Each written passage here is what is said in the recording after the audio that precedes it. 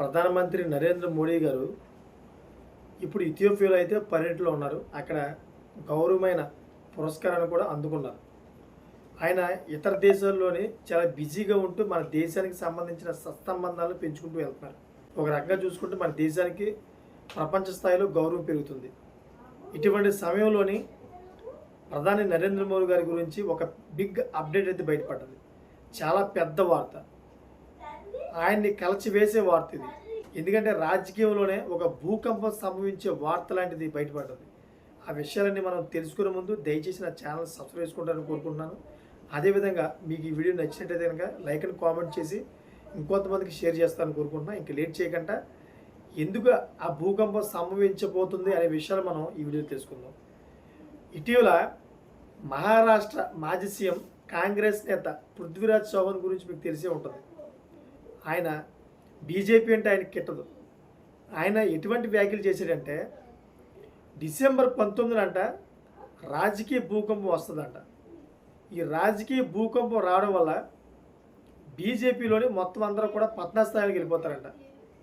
అది కూడా ఢిల్లీ వర్గాల్లో జరుగుతున్న పరిణామాల నేపథ్యంలో బీజేపీ నేతృత్వంలోని ప్రభుత్వాన్ని అస్థిరపరిచే ఒక పెద్ద రాజకీయ సంక్షోభం వచ్చే అవకాశం ఉందని చౌహాన్ గారు అంటున్నారు. ఇది మోడీ ప్రభుత్వం పతనానికి దారి తీసుకురావచ్చని ఆయన క్లియర్ కట్గా చెప్తున్నారు. దేని చూసి చెప్తున్నారు? అసలు అంత రాజకీయ సంక్షోభం ఏమి రాబోంది? ఈ రాజకీయ గందరగోళం అమెరికా నుంచి ప్రారంభం అవుతుందని రౌత్ జోషి చెప్పారు. గతంలో పృథ్వీరాజ్ చౌహాన్ కూడా ఎలాంటి మాటలే మాట్లాడాడు కూడా. అసలు ఇదంతా గందరగోళం ఎందుకు వస్తుందండి అమెరికా నుంచి? మీరు చెప్పండి. ఈయన ఏం చేయబోతున్నారు?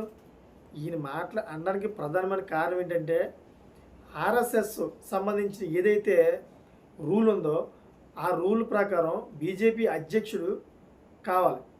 ఆ బీజేపీ అధ్యక్షుడి కోసం అయితే సరైన వ్యక్తి దొరక్క మొన్న బీహార్లోని ఎవరో నితీష్ సిన్హాని అయితే వీళ్ళు ప్రకటించారన్నమాట.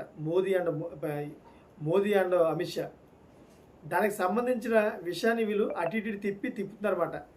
ఈ నితీష్ సిన్హా అన్న వ్యక్తి వాళ్ళకి ఎదురు తిరుగుతాడని, ఆ నితీష్ సిన్హా అనే వ్యక్తి అమెరికా నుంచి కొన్ని ప్రకంపనలు సృష్టించుకొస్తాడని, ఇంకా మోడీనే ప్రధానిగా మార్చి వేరే ప్రధానిగా కూర్చోబెడతాడని, ఆ నితీష్ సిన్హా మాతో చేతులు కలిపే అవకాశం ఉందని వీళ్ళు విపరీతమైన ఊహాగానంలో ఉన్నారు. యాక్చువల్ చూసుకుంటే నితీష్ సిన్హా అన్న వ్యక్తి బీజేపీ వ్యక్తి. వాళ్ళతో ససేమిరా కలవడు.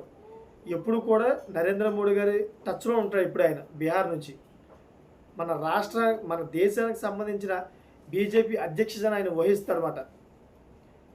సో ఆయన అయితే డమ్మి టికెట్గా అయితే పెట్టారు తప్ప మిగతా పనులన్నీ కూడాను మోడీ అమిత్ షా చూసుకుంటారు. ఏంటంటే కాంగ్రెస్ బీజేపీ మీద ఇటువంటి తప్పుడు ఆరోపణలు ప్రజల్లోని బీజేపీని డౌన్ చేయడానికి ఇటువంటి క్రూరత్వమైన ఆరోపణలు చేస్తూ ఉంటుంది. దాన్ని చూసి ప్రజలు ఎటువంటి భయాందోళన చెందనవసరం లేదు. మోడీ గారు ప్రధాని ప్లేస్లో ఉంటారు. ఆయన అయితే మారని ఈ వీడియో ప్రకారంగా చెప్తున్నాను. చూసినటువంటి లేటెస్ట్ ఇన్ఫర్మేషన్ కోసం నా ఛానల్ సబ్స్క్రైబ్ చేసుకోండి. Thank for watching friends.